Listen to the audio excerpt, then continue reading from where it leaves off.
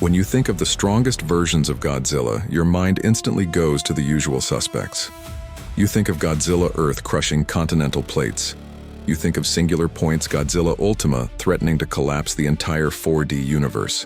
But what if I told you there is an incredibly broken, heavily slept-on Godzilla incarnation hiding in a crossover anime movie?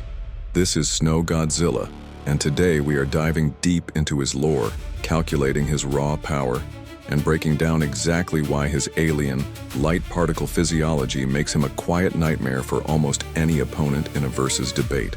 To understand how broken this monster is, we first have to look at where he comes from.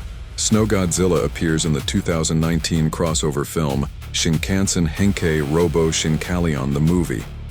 Now, on the surface, Shinkalion is a high-tech mecha show, but the movie takes a massive sci-fi turn when a dimensional rift opens, pulling in an ancient, highly advanced alien faction known as the Valhallans. The Valhallans power their civilization using glowing particles, a highly concentrated energy source that can distort space, time, and matter.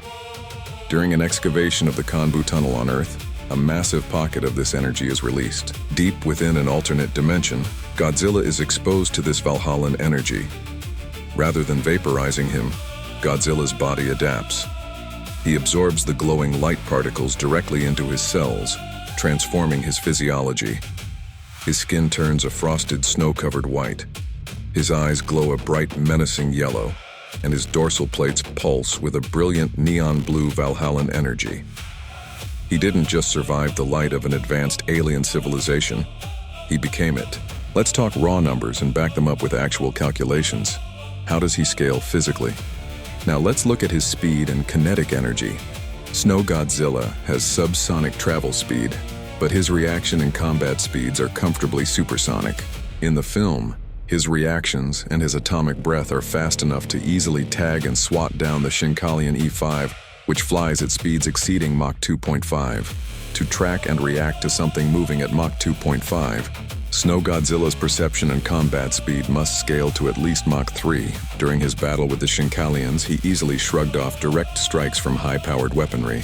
The Shinkalion H5 Hayabusa's specialized railgun and the high-frequency Kaisatsu blade did absolutely zero damage.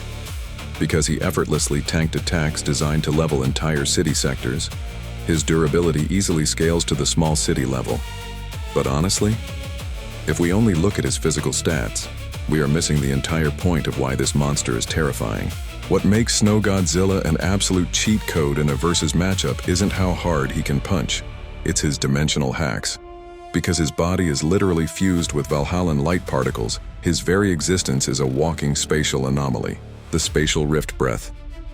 Unlike normal Godzillas, whose atomic breath relies on extreme heat and radioactive destruction, Snow Godzilla's silver-white breath is a literal tear in the fabric of reality.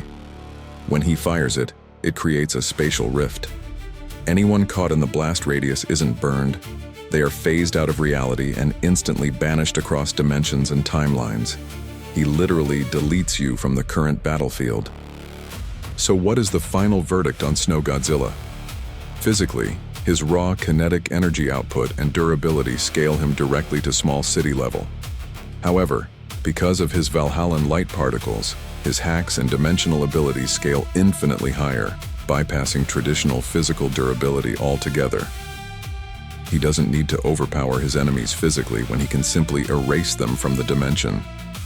He is, without a doubt, the most underrated hacks-heavy kaiju in the entire Toho mythos. But what do you guys think?